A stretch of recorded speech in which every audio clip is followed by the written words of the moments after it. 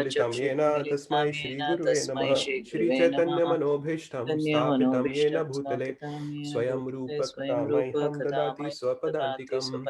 वन्देऽहं श्रीगुरुं श्रीयुतापदकमलं श्रीगुरुं वैष्णवंश्च श्रीरूपं साग्रजातं सहगना रघुनाथान्वितं तं सजीवं साद्वैतं सावधूतं परिजनसहितं कृष्ण चैतन्यदेवं श्रीराधा कृष्णपदां सहगना ललिता श्रीविशाखान्वितांश्च हे कृष्ण करुणा सिंधु दीनबंधु जगतपते गोपेश गोपिका कांता राधा कांता नमोस्तुते तप्त कांचन गौरांगी श्री राधे वृंदावनेश्वरी कृष्ण भानु सुत देवी प्रणमामि हरिप्रिये वाञ्छकल्पतरुभ्यश्च कृपा सिन्धुभ्य एव च पतितानां पावनेभ्यो वैष्णवेभ्यो नमो नमः। जय श्री कृष्ण चैतन्य प्रभु नित्यानंद श्री अद्वैत गदाधर श्रीवासादि गौर भक्तवृंद हरे Krishna Krishna Krishna Hare Hare Hare Ram Ram Ram Hare Hare.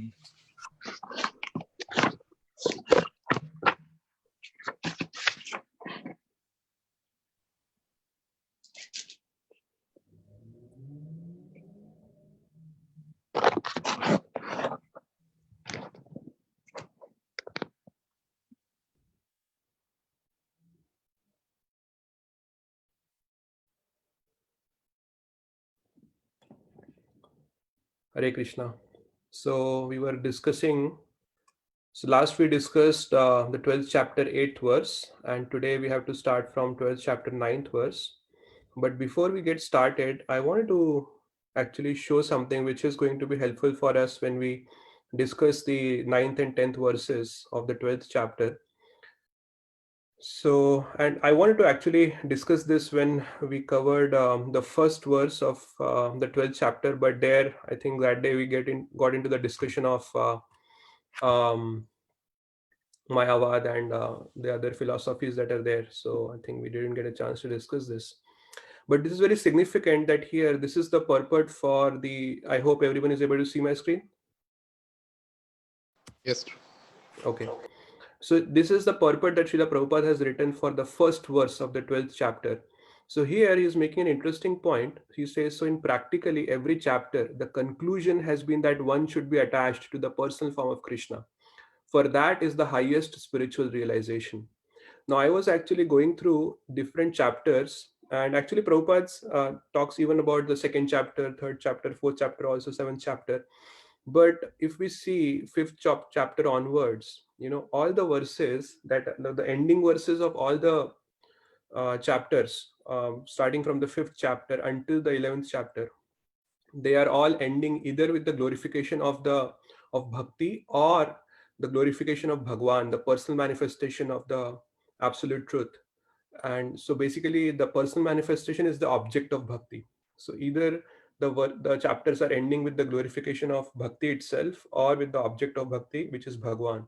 So here is, this is the ending verse for the last verse for the fifth chapter. Bhoktaram yagya tapasam sarvalok maheshwaram suradam sarvabhutanam gyatva mam shantim rachati. A person in full consciousness of me, knowing me to be the ultimate beneficiary of all sacrifices and austerities, the supreme lord of all planets and demigods, and the benefactor and well-wisher of all living entities, attains peace from the pangs of material miseries. So this ends with the glorification of Bhagwan, of Krishna. Then this is the sixth chapter, the last verse of sixth chapter, this is 6.47. Yoginam api sarvesham madgate nantaratmana shraddhavan bhajate yomam same yukta tamo matah. And of all yogis, the one with great faith, who always abides in me, thinks of me within himself, and renders transcendental loving service to me. He is the most intimately united with me in yoga and is the highest of all. That is my opinion. So here it ends with the glorification of a bhakta, of a devotee, of bhakti itself. Then in the seventh chapter, the last verse, 30th verse, those in full consciousness of me, who know me, the Supreme Lord, to be the governing principle of all the material manifestation of the demigods and of all methods of sacrifice, can understand and know me, the supreme personality of Godhead, even at the time of death. So this ends with the glorification of a devotee.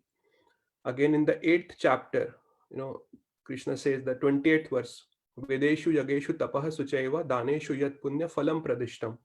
A person who accepts the path of devotional service is not bereft of the results derived from studying the Vedas, performing sacrifices, undergoing austerities, giving charity, or pursuing philosophical and fruitive activities. Simply by performing devotional service, he attains all these, and at the end, he reaches the supreme eternal abode. Then, the ninth chapter, the last verse, this is the famous verse which the Acharya says that this is the essence of Bhagavad Gita. Man mana bhav mad bhakto madhyaji mam namaskuru mam evashyasi yukto evam atmanam mat parayanaha. Engage your mind always in thinking of me. Become my devotee. Offer obeisances to me and worship me. Being completely absorbed in me, surely you will come to me. So this is the ninth chapter. Then if you look at the 10th chapter, it ends with the glorification of Krishna. He says, but what need is there, Arjuna, for all this detailed knowledge? With a single fragment of myself, I pervade and support this entire universe. And 11th chapter, again, Prabhupada says that this is the essence of Bhagavad Gita. Mat karma mat paramo Mad bhakta sangvarjita nirvaire sarvabhuteshu yah samameti pandava. My dear Arjuna, he who engages in my pure devotional service, free from the contaminations of fruitive activities and mental speculation, he who works for me, who makes me the supreme goal of his life, and who is friendly to every living being, he certainly comes to me. So we see, so this is the 11th chapter. So we see, practically every verse, starting from the 5th chapter until the 11th chapter, they are ending with the glorification of either Bhagwan or Bhakti. So, people, I don't know, some people have this idea, they say that actually Bhagavad Gita has glorification for all the different paths. It has glorificatory verses for Karma Yoga, for Jnana Yoga, for Dhyana Yoga, for Bhakti Yoga. So what's so great about Bhakti Yoga? That is their idea. But actually, we see that in the Bhagavad Gita, the glorification of bhakti is far, significantly more than all the other paths. In fact, it ends with the glorification of bhakti also. Krishna says, this is my supreme instruction to you. He says in the 18th chapter, we'll come to that. He says, this is my supreme instruction, but become my devotee, offer obeisances to me. And then finally he says that, Sarvadharman parityajya mam ekam sharanam vraja. So people have this idea. Some people have commented on Gita and they have given classifications. They say that actually in bhakti you can take any path. They say that actually bhakti is for sentimental people, jnana is for intellectual people, yoga is for austere people, and karma is for hardworking people. They give some vague categories, and actually we will see that in either the Bhagavad Gita or in any other scripture, these kind of categories are not mentioned anywhere. Now, if you look at this, bhakti seems to be at the bottom. It is only for sentimental people who have, very emotional, sentimental people, though they don't have any rational, they do bhakti because bhakti is easy. But we see in the actual scripture, actual Bhagavad Gita, Krishna puts bhakti at the top. He says that, nothing can beat bhakti. Only by pure devotion service can I be known. Nothing else, by no other process I can be known. So bhakti actually is at top. So this chapter is Bhakti Yoga. So we are talking about Bhakti Yoga. That is why I thought it's important for us to understand that how expertly Srila Prabhupada, he writes his purports. So yeah, people also think not just for bhakti is for sentimental people. They think bhakti is for simple people also. yeah. Yeah, I mean, some vague things they come up with. And we see that actually in the Bhagavad Gita, all these things are not mentioned. They come up with their own concoctions, own ideas, and then they try to put that. And people who have not read Bhagavad Gita, they seem to, it sounds a little logical to them, and they tend to accept it. Yeah, yoga is for austere people because it's a lot of austerities. Jnana is for intellectual people because there is a lot of intellectual gymnastics that people have to do on the path of jnana. But bhakti seems to be easy. You just have to sing, dance, and eat prasad. What's so great about bhakti? They think like that, but actually it's not like that. Anyway, we'll come back to this chapter. We were discussing the. I just opened the.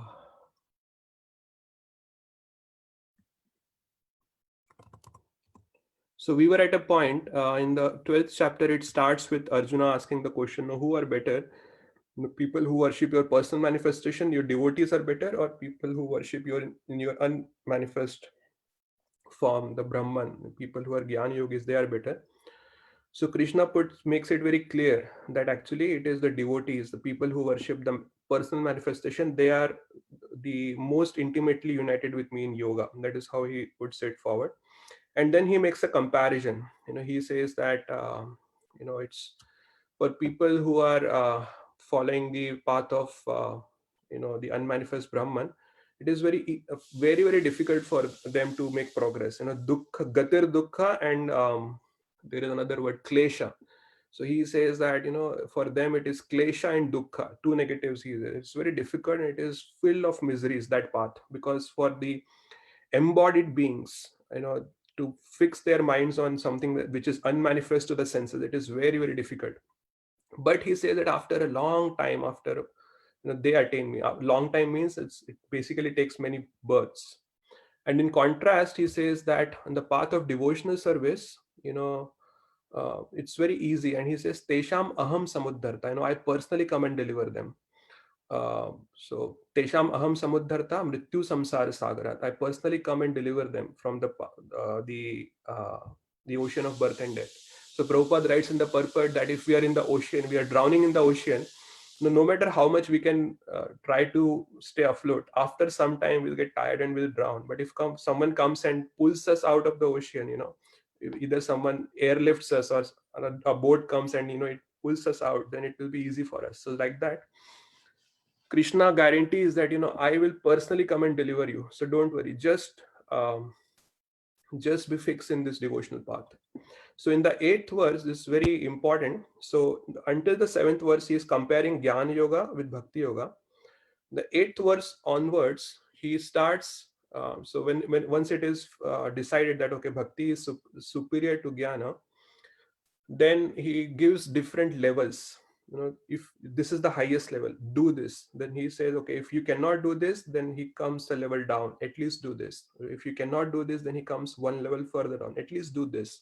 So like that, he's giving the like a descending ladder. So we discussed the 8th verse. It's a very important verse. It gives the highest level of how bhakti should be performed. So he says, just fix your mind upon me, the Supreme Personality of Godhead, and engage all your intelligence in me. Thus you will live in me always, without a doubt. So this is the highest level. So actually, I'll just quickly share my screen.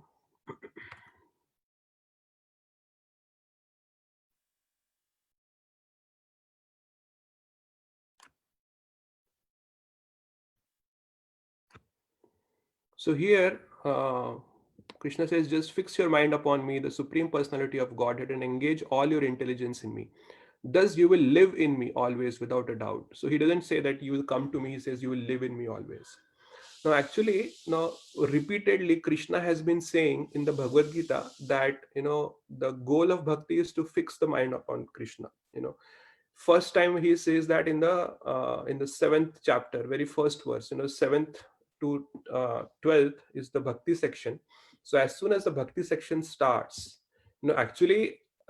Right at the end of the 6th chapter itself, he says, Yoginam api sarvesham madgate nantaratmana. Out of all the devotees, one who is always thinking about me, in the sense their minds are always fixed upon Krishna, they are the best. And then he gives the formula in the first verse of the 7th chapter. He says, Mai asakta manaha partha, make your mind attached to me. So that is the formula given by Krishna. And he repeatedly says that actually after that. So if we see in the 8th chapter, there is a very nice sequence that comes. So this is the 5th verse of the 8th chapter, where Krishna says, Antakale cha mameva smarana muktva kalena. And end of quits his body, remembering me alone, at once attains my nature. Of this there is no doubt. In the 6th verse, he gives a general principle, yam yam vapi smarana bhavam tyajate ante kalevaram. Whatever state of being one remembers when he quits his body, O son of Kunti, that state he will attain without fail. So basically, the point is, whatever you are thinking at the time of the death, at the time of leaving the body, that state you will attain in the next life. So therefore, in the 7th verse, he says, Tasmat sarveshu kaleshu mam anusmaran yuddhacha mai arpit mano buddhi. Now this is important. Mai arpit mano buddhi mam evashyasya samshayah. Therefore, Arjuna, you should always think of me in the form of Krishna, and at the same time carry carry out your prescribed duty of fighting. Now, this is something maybe specific for Arjuna, but the next part is very important for us. With your activities dedicated to me and your mind and intelligence fixed on me, you will attain me without doubt. So the idea is that our mind and intelligence should be always fixed on Krishna. Now, that is the highest level. And Prabhupada, actually, in the introduction of Bhagavad Gita itself, if we read this, one second. Prabhupada says this right in the introduction. This is the introduction to Bhagavad Gita that Srila Prabhupada has written. He says, we work not with our body actually, but with our mind and intelligence. So if the intelligence and the mind are always engaged in the thought of the Supreme Lord, then naturally the senses are also engaged in his service. Superficially, at least, the activities of the senses remain the same, but the consciousness is changed. The Bhagavad Gita teaches one how to absorb the mind and intelligence in the thought of the Lord. Such absorption will enable one to transfer himself to the kingdom of the Lord. If the mind is engaged in Krishna's service, then the senses are automatically engaged in his service. This is the art, and this is also the secret of Bhagavad Gita, total absorption in the thought of Sri Krishna. So he says the art of Krishna consciousness is to always fix our, fix our mind on Krishna, mind and intelligence. So once the mind is fixed on Krishna, it's very easy for us to work for him, do various kind of services for him. So actually, this is the highest, fixing our mind on Krishna, and all the other things that we do, that is ultimately meant for us to be able to fix our mind on Krishna. If we are able to fix our mind on Krishna, then that will actually serve the purpose for whatever activities we are doing in devotional service, in the path of devotional service. So there is a very nice pastime that is mentioned about gopis. So I'm trying to remember where exactly that pastime is mentioned. It's not in the Bhagavatam. It is in one of the Acharya's commentaries. I think it's in the Lalit Madhav. But what it is so when Krishna leaves Vrindavan, so the gopis were completely bewildered. They had nothing to do. The whole day they will think about Krishna. They will wait for Krishna in the evening time. They'll go out and they will dress nicely, just because if Krishna happens to come, then they want to dress up nicely so that Krishna can see them. So but Krishna doesn't return. So the gopis, they will always be together, and then they will be talking about Krishna. They will be performing various like drama where Krishna would, sometimes they will stand like this just to show that okay, Krishna lifted the Govardhan hill. So they will act as if they're Krishna. So then the gopis, once they discuss that, this is enough, we have been thinking about Krishna, we have to somehow distract our mind from the thoughts of Krishna, otherwise we won't be able to do anything. So it is mentioned there that the gopis thought that, okay, let us try to do some meditation, so that we can distract our mind from Krishna. So all of them thought, no, this is a good idea, let us try to do some meditation. And all of them sat together and they started doing meditation. So actually, for us, when we meditate, we want to meditate on Krishna, and they are so much fixed on Krishna, their mind is so much attached to Krishna, that when they want to deviate their minds from Krishna, they want to meditate on something else. So that is the highest level of bhakti. The gopis, they were always thinking about Krishna. So in the pastime, however, what happens is they actually try to meditate on Krishna, and after a while, some gopis, they were not able to continue it for long. So some gopis speak something about Krishna, and then they all, they were disturbed from their meditation, and they again come back to discussing, talking about Krishna. So that is the highest level. And the mind should be always fixed on Krishna, and the intelligence also. So with that context, let's get into the verse that we have to discuss today.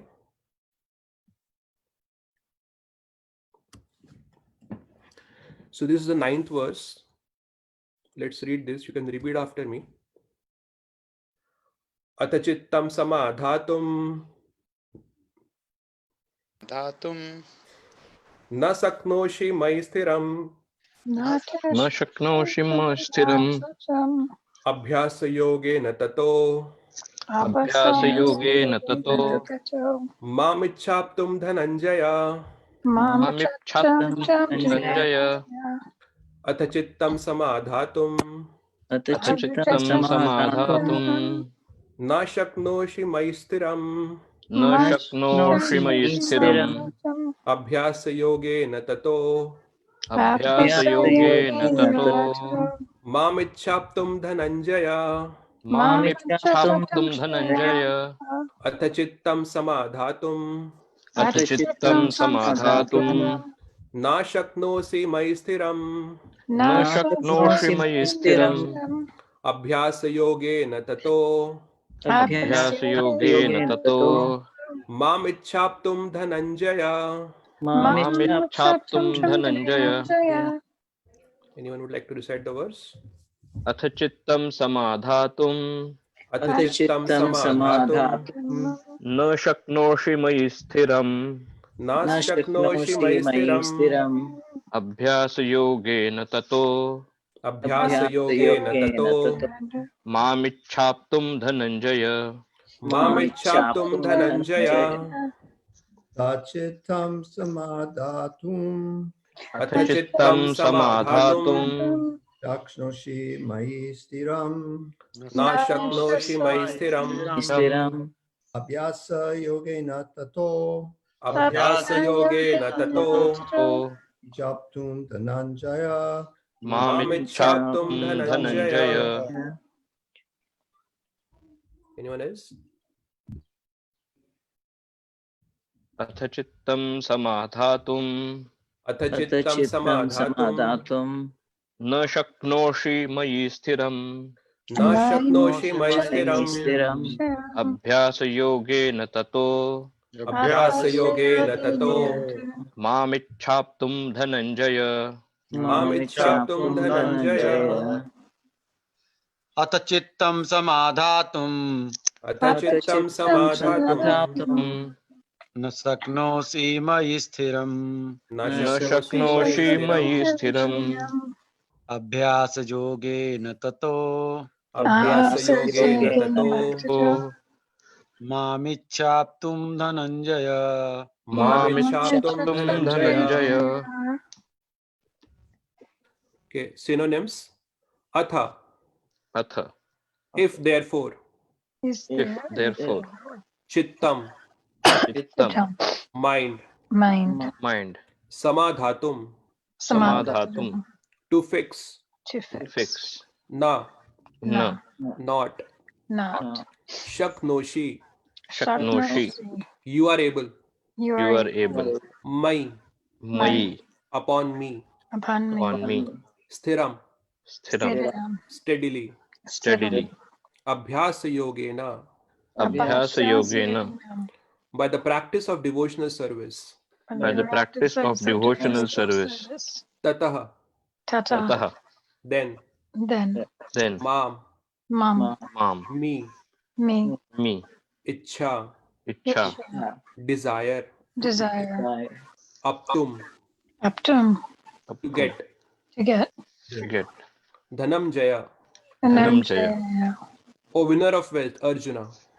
O winner of wealth Arjuna Translation and purport by His Divine Grace A.C. Bhaktivedanta Swami Srila Prabhupada. My dear Arjuna, O winner of wealth, if you cannot fix your mind upon me without deviation, then follow the regulative principles of Bhakti Yoga.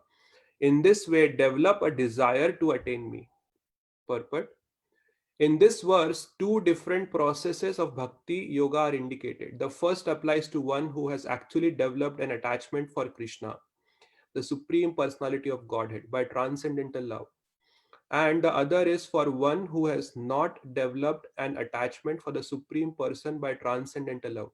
For this second class, there are different prescribed rules and regulations.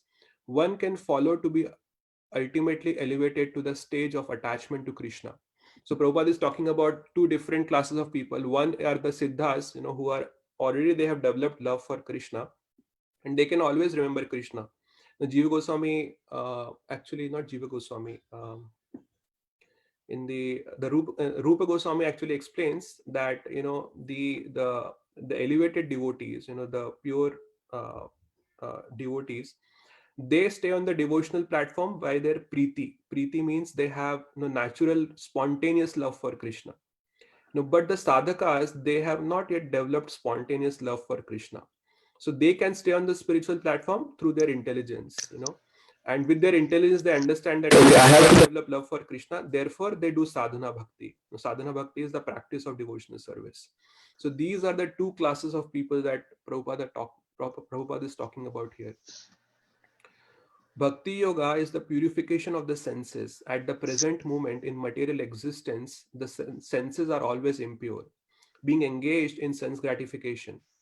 But by the practice of Bhakti yoga, these senses can become purified, and in the purified state, they come directly in contact with the Supreme Lord. In this material existence, I may be engaged in some service to some master, but I don't really lovingly serve my master. I simply serve to get some money. And the master also is not in love. He takes service from me and pays me. So there is no question of love, but for spiritual life, one must be elevated to the pure stage of love. That stage of love can be achieved by practice of devotional service, performed with the present senses. So here, it's, very nicely Prabhupada explains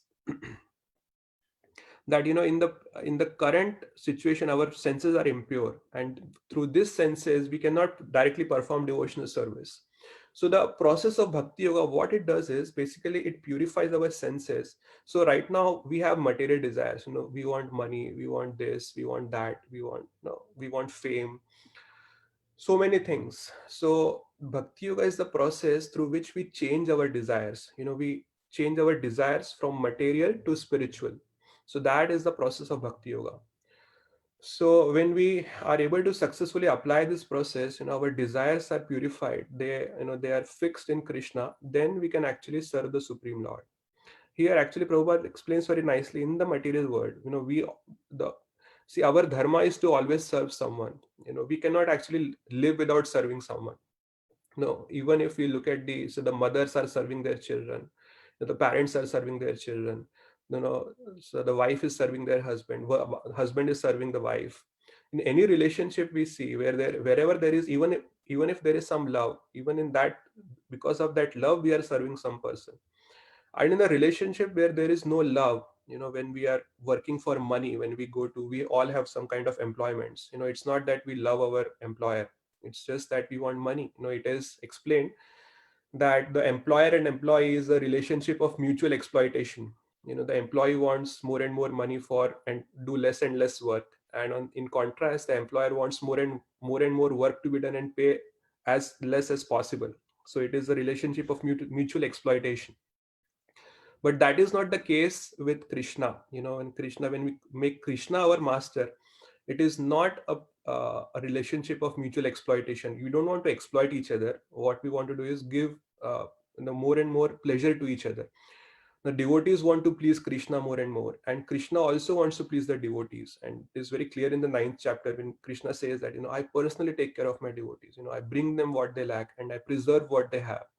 Even if they have committed the most abominable action, still you should consider them as sadhu, because their determination is rightly situated. So he pours out his heart over there, and he explains how much he loves his devotees and how much he wants to do for his devotees. And similarly, the devotees also wants to please Krishna. So actually it is not a relationship of mutual exploitation, it is a relationship of love, where both the love and the lover and the beloved both want to please each other. That is the relationship that we have, the devotee will have with Krishna. Dormant state in everyone's heart, and their love of God is manifested in different ways. But it is contaminated by material association. Now the heart has to be purified of the material association, and that dormant natural love for Krishna has to be revived. That is the whole process.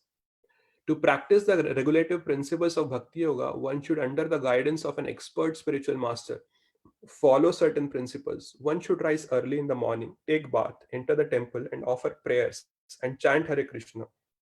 Then collect flowers to offer to the deity, cook foodstuffs to offer to the deity, take prasadam, and so on. There are various rules and regulations which one should follow, and one should constantly hear Bhagavad Gita and Srimad Bhagavatam from pure devotees. This practice can help anyone rise to the level of love of God. And then he is sure of his progress into the spiritual kingdom of God. This practice of Bhakti Yoga, under the rules and regulations, with the direction of a spiritual master, will surely bring one to the stage of love of God. So here Prabhupada is summarizing the process of Bhakti Yoga. How can we actually develop love for God? So Prabhupada explains the purpose of any religion is to develop love for God. We may ask, what is the purpose of religion? So Prabhupada, very clearly says that the whole purpose of any religion is to develop love for God. And a religion is as good as, it is able to help its followers to develop natural love for God. So Prabhupada also says, even in Christianity, the message that is given by Jesus, the ultimate message is to develop love for God. Love God with all your heart and all your soul. That is the message given by Jesus also. So here also Prabhupada is saying that, we have to develop our love for God, and he is giving a process to do that. But the first step he's saying is to surrender to a guru. Even in Bhagavad Gita, Krishna also says this to Arjuna, tadvidhi pranipratena tadvidhi pranipatena praniprashnena sevaya upadekshanti te jnanam jnaninas tattvadarshina. He says that just go and surrender to a guru, serve him, and then inquire from him submissively. Then he will give you the knowledge. And in the next verse, he describes what is the consequence of getting knowledge from a bona fide spiritual master. He says that you will be able to see the connection of the living entities with me. When you will be able to realize how intimately I'm associated with each and every living entity, then you will understand the whole the whole purpose behind everything. So actually this verse, let me read the translation again. My dear Arjuna, winner of wealth, if you cannot fix your mind upon me without deviation, then follow the regulative principles of Bhakti Yoga. In this way, develop a desire to attain me. So actually this verse talks about Sadhana Bhakti. The first verse, the 8th verse, talked about the highest level. The highest level is to always fix our mind and intelligence in Krishna. But here he says that if you cannot do that, if you cannot fix your mind me without deviation, your mind gets deviated. You are able to fix for some time, but it is, it's basically not without deviation. Then you should follow the regulative principles of Bhakti Yoga, which basically he is talking about the Sadhana Bhakti. So for us, the Sadhana Bhakti that is given to us by our gurus, our acharyas, by Srila Prabhupada, is basically, so there are some do's and there are some don'ts. So for do's, it is mentioned that we should chant the holy names of the Lord, 16 rounds every day. Hare Krishna Mahamantra, Hare Krishna, Krishna Krishna, Hare Hare, Hare Ram, Ram Ram, Hare Hare. And then there are some don'ts. So the don'ts that are given to us is no illicit sex, no meat eating, no intoxication, and no gambling. So because these are said to be, in the Bhagavatam, it is described that the bull is standing on 4 legs. The bull of Dharma is standing on 4 legs, and these 4 things destroy the 4 legs of Dharma. So we should not indulge in these activities. So, and then we should try to, so actually there are other things also that Srila Prabhupada has given. So some devotees call it as ABCD of devotional service. So the ABCD is association, A is association, B is books, reading books, scriptures like Bhagavad Gita, Bhagavatam. C is chanting the holy names, and D is DT. Some other devotees say that it is basically 3 Ds, 1 B and 1 more D, I believe. So it is, first is the first thing that is mentioned is devotee association. Why it is important to have devotee association is because it is mentioned in the Bhagavad Gita itself in the 3rd chapter, or sorry, 2nd chapter. It says Sangat Sanjayate Kama. By your association you develop kama. Kama is desire, different desires. So when we have worldly association, we will develop worldly desires in our heart. But if we have desire for, if we have association with the devotees, the desire of devotees is to always please the Lord. So when we take association with the devotees, we will get their desire also. So if their desire is to please the Lord, we'll also get that desire. So first is devotee association. Then the next is deity. You should be worshipping the deities, because worshipping the deities, we need me- uh, a medium for us to channelize our love. So actually the deity is a manifestation of Krishna in the deity form, or the manifestation of the Supreme Lord in the deity form, and we can render our service to that deity. So second is deity. Deity. Someone wants to. A B C D M Prabhu. A for association of devotee. B is reading Bhagavatam. C is chanting holy name. D is DT and M is Mathura. You are talking about that? Residing in Actually, Mathura. yeah. So DT devotee, Dham is the third part. Mathura. So Vrindavan, Mathura, as you said, Yes. and Mayapur, these dhams. So you can reside in the dham. But Prabhupada also says that wherever there is DT, that place is also dham. So he even says that our temple is also a dham, because there is DT is living over there. And then fourth is Nam. Nam is the chanting of the holy Chanting. names. And then Srimad Bhagavatam.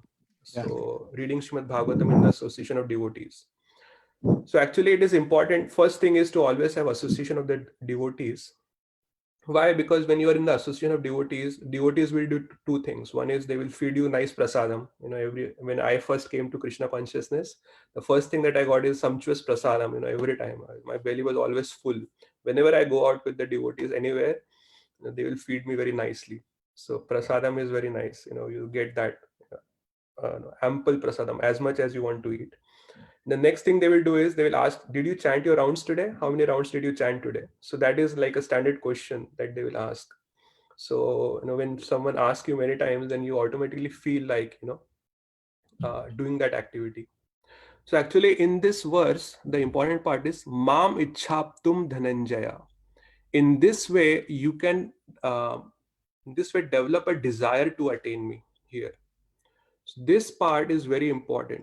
We should have the desire to attain Krishna. Unless we have the desire to attain Krishna, it's not going to work really for us. Sometimes people ask, why is it so? Why has Krishna made it so difficult? He is God. He can do anything. So why doesn't he just take us back to the spiritual world? Everyone, just don't leave anyone in the material world. Take everyone back to spiritual world. No, he can do that. So certainly he can do that. There is no doubt about it. Krishna can definitely do that.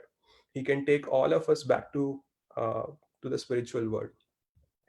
But we have to understand that if we don't have a desire to serve Krishna, if we don't have a desire to live with Krishna, we are going to be miserable in the spiritual world. Now, how it happens is, say for example, let me give you an example. I like watching cricket, but there are certain games that I cannot stand. Like for example, hockey. Hockey is a game that I just don't like. And if someone takes me and forcefully makes me sit into the and watch a hockey game for even for 1 hour, it is very difficult for me. I'll be miserable over there. I'll be looking at my watch, when is this going to get over? Similarly, I had a friend actually. So they are couple. They live in Connecticut itself. So I hope they are not listening. But so they come to our house very often. So the wife is very devotional, but the husband is not so much devotional. So one day they came to our house on a weekend, and every Sunday we go to the temple. So we asked them, come to temple. So first of all, the wife was very happy about the idea, and she wanted to come with us. The husband was not very happy about it, but ultimately we all persuaded him to come with us to the temple. So he came with us to the temple, and we all were sitting. There was kirtan going on, and within just 30 minutes, at least 20 times he asked his wife, we already had the darshan. Why do you want to sit now? Let's go home. So I said, just relax, sit down. We will get some prasadam. You can eat prasadam, then you can leave. No, I don't want to eat prasadam. I want to go back home. I'll eat nice food at my home.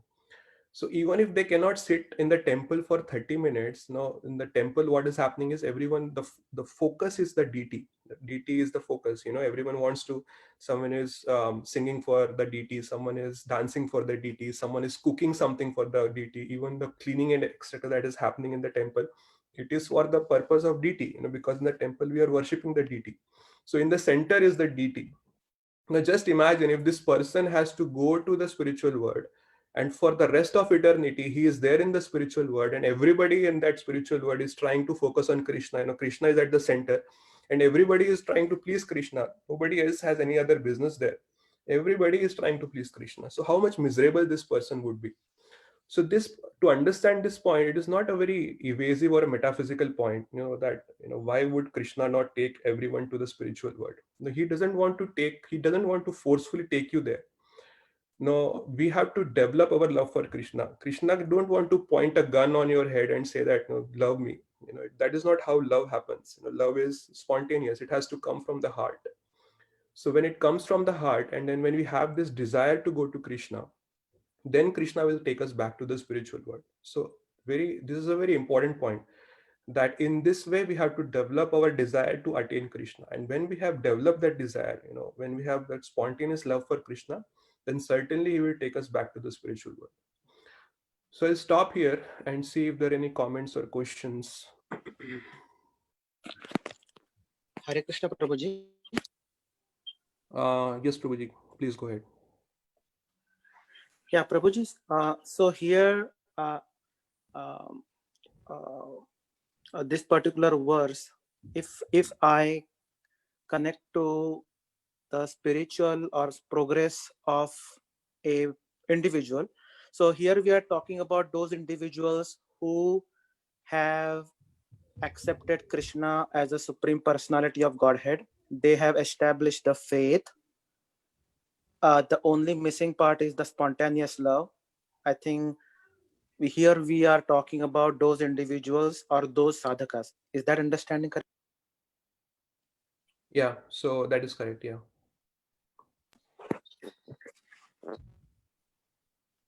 So what is your question, Prabhu? You just want to confirm this is what we are discussing? Hare Krishna. No, yeah, I mean, that was my question. Yeah, can you hear me?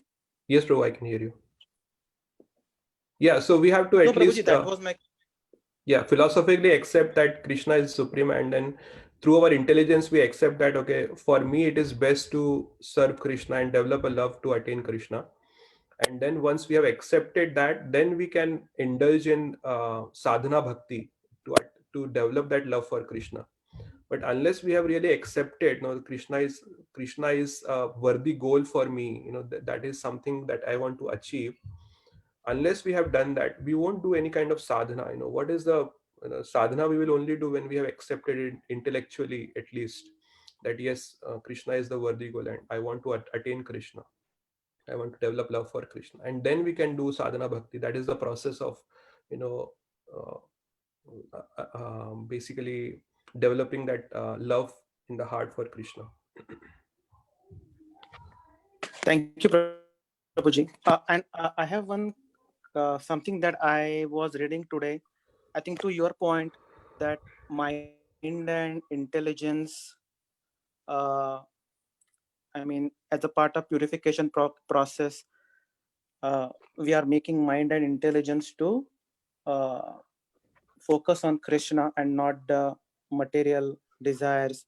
So my reading today, I think, is Vani Source, probably website, where Srila Prabhupada explained that intelligence and the mind goes with the subtle body after soul leaves the body. And that's how your whatever, I mean, I think you're at your point, right? At the time of death, whatever you're thinking, that goes along with you. So I think that's what I learned, that intelligence as well as mind, today we cannot see in a regular Exactly. Yeah. So we have our gross body and we have our subtle body. Gross body is something that we can see. It is made of 5 working senses and 5 knowledge acquiring senses. And the subtle body is made up of mind, intelligence, and false ego. So that subtle body goes with the Atma. In fact, it is mentioned in the scriptures that when the Yamdutas come, they can't directly catch the soul, because soul is not like a material entity that can be caught. So what they do is they catch hold of the subtle body and they drag the subtle body, and because the soul is attached to the subtle body, it also gets dragged along with it. So actually it is through our mind that we get different kinds of bodies. Mind is our sukshma sharira, as we call it. Sukshma Sharir is basically that causes different bodies in the material world. So the mind is the cause of getting different kinds of bodies in the material world. So if the mind is attached to something, we'll automatically get that kind of body in the next life. So that is why it is said that the best is to attach mind on Krishna, and if we can do that, then we can be an eternal associate of Krishna in the spiritual world. Thank you, Prabhupada. I have a question. Yes, So I liked your comment that unless you want to, if you go back to the spiritual world, we are serving Krishna 24/7. And unless you want to serve Krishna 24/7, you'd be miserable there. exactly. Yeah. But I'm trying to relate that to people that we know who have passed, who called upon Krishna's name at the time of their passing. Yeah. And Krishna says, at the time of my passing, if you call upon my name, I will take you back, to the spiritual world. But those people before the time of their passing may not have been, I'm not saying they're not Krishna conscious, but not 24/7, So how do we reconcile that? Actually, there is a pastime mentioned in the Srimad Bhagavatam itself, Mataji. We don't have to go anywhere else. So there is this pastime of Ajamil. So we know that Ajamil actually, towards the end of his life, he chanted Narayan, Narayan very helplessly. And at that time, when the Yamdutas had come, after seeing Yamdutas, he chanted Narayan, Narayan in a helpless situation. And then the Narayan Dutas also come over there. And the Narayan Dutas, they stopped the Yamdutas from taking this person.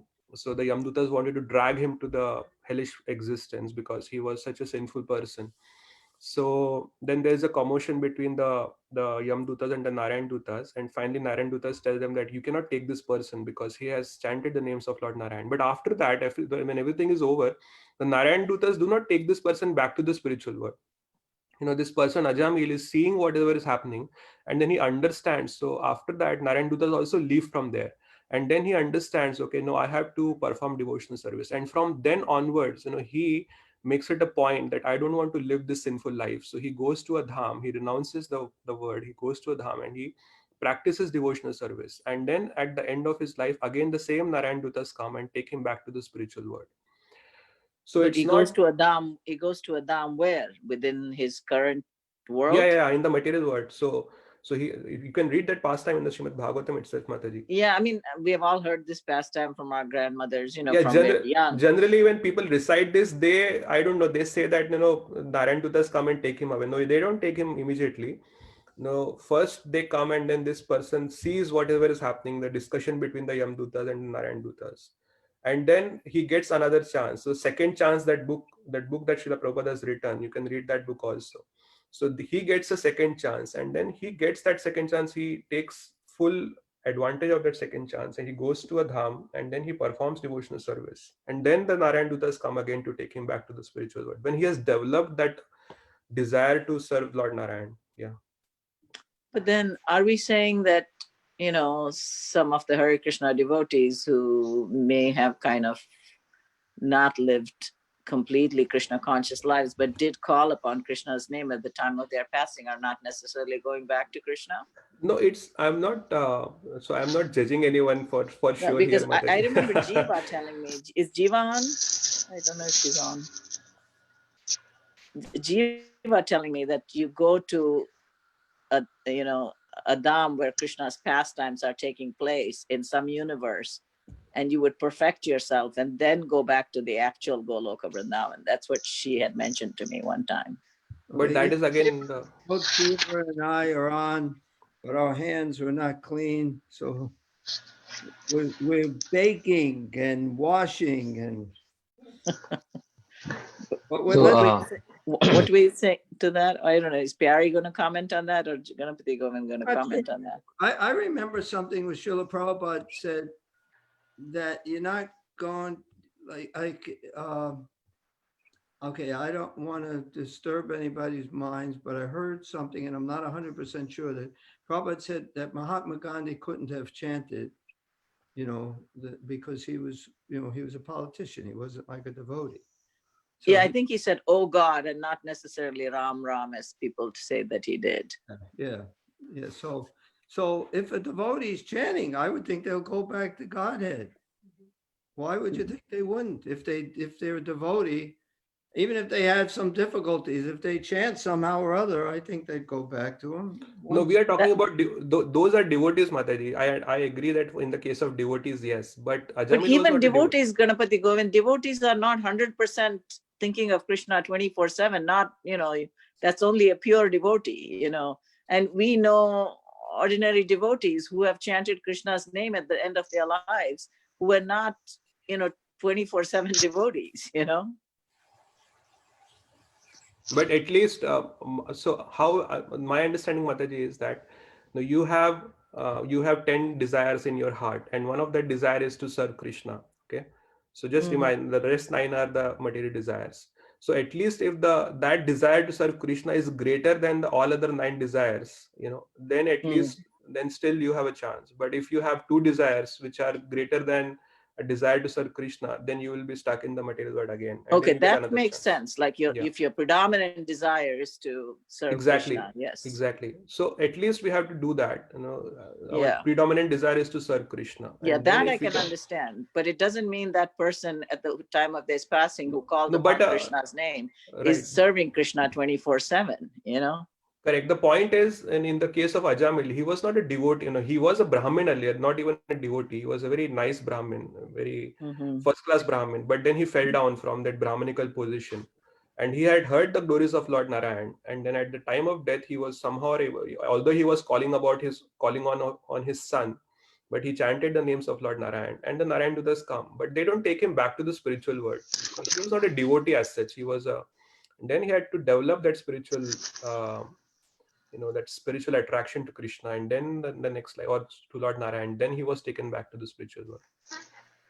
Okay, but the earlier explanation that you said it has to be at least your predominant desire makes sense. Yeah. Okay, Upendra had a comment, I think. I had a question. So here, Lord Krishna is saying, if you cannot focus your mind on me, then by abhyasa yogena tato mam ichhaptum dhananjaya. So you can build that desire by abhyasa yogena. Exactly, By following by practice. abhyasa yoga. So he's not explicitly saying that follow bhakti yoga. So is it in reference to something else, or will it come in the next shloka? Or yeah, so you look at the context here. The context is all about Bhakti Yoga. In the previous verse, Prabhupada had talked about Bhakti Yoga, that you have to fix your mind upon me. I'm sorry, Krishna had talked about Bhakti Yoga. And in the next verse, so he is saying so yoga means to connect. It comes from the word yuja. Yuja is the root word yuja, and yuj means to connect. And from there, the word yoga comes. So it is basically connection with the Supreme. Now, there are different ways to connect with the Supreme. The Bhakti Yoga is one of the way, Jnana Yoga is one of the way, Dhyana Yoga is one of the way, and Karma Yoga is one of the way.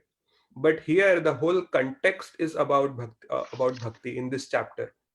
So the previous verse is about Bhakti, the next verse is about Bhakti.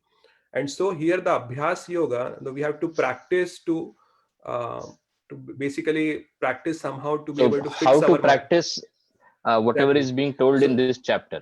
If you practice Exactly. that regularly, you will reach that stage of desiring me.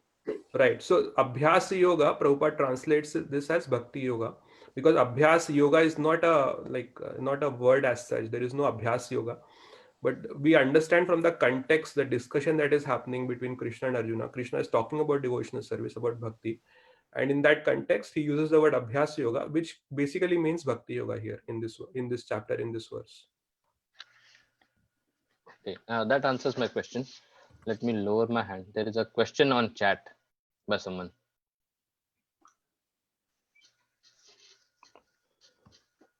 Arjuna is addressed as winner of wealth. What is the significance behind it, if any? Yeah, there is a significance actually. The Acharyas explained that, winner of wealth, Dhananjaya is the word used. So Dhananjaya means he had conquered, he had won wealth by conquering his enemies, So here when the word Dhananjay is used by Krishna, that means that Arjuna, you are actually the winner of wealth. You won wealth by conquering your enemies. Now similarly, you win the wealth of bhakti by conquering your mind. So that is the significance of using the word Dhananjaya. So Krishna actually uses different names for Arjuna in different verses, and every name that Krishna had used has some significance.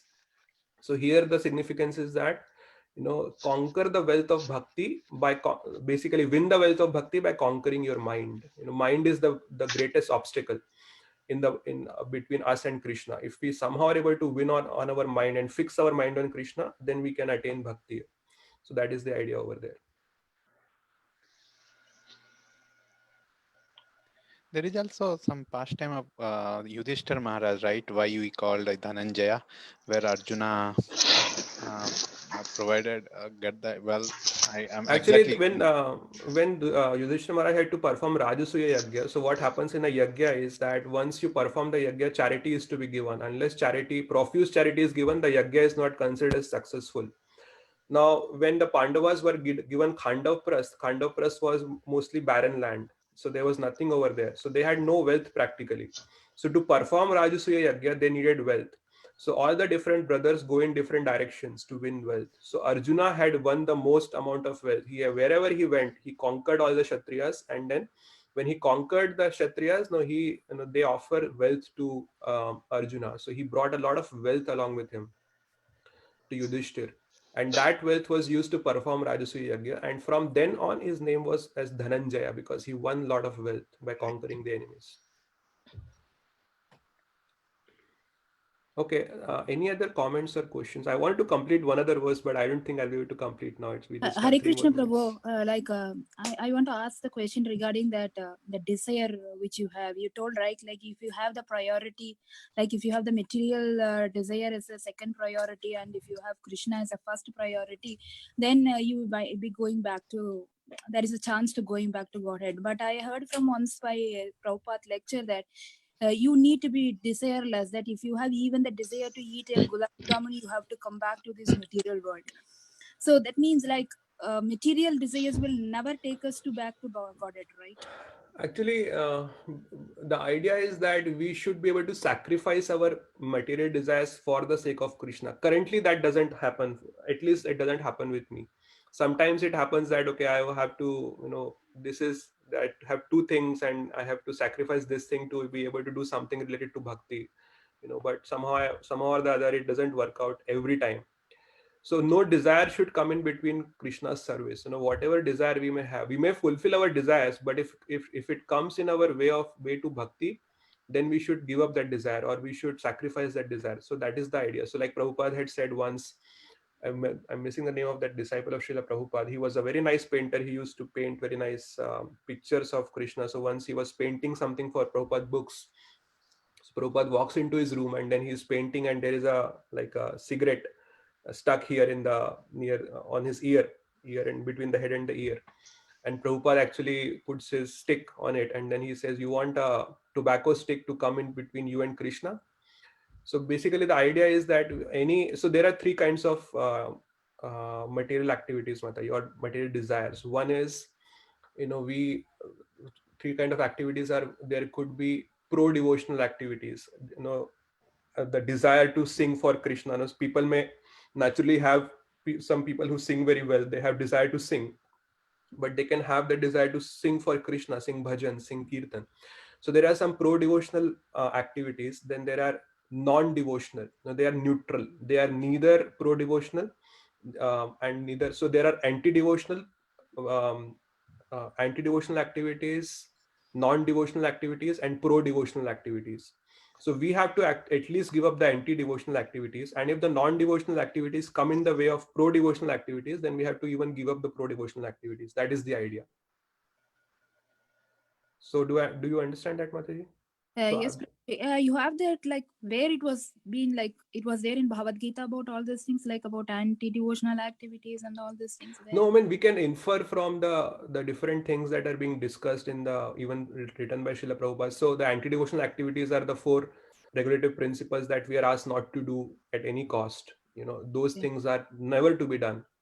Now there are certain things which are in the gray. Sometimes people ask those questions: should we watch movies?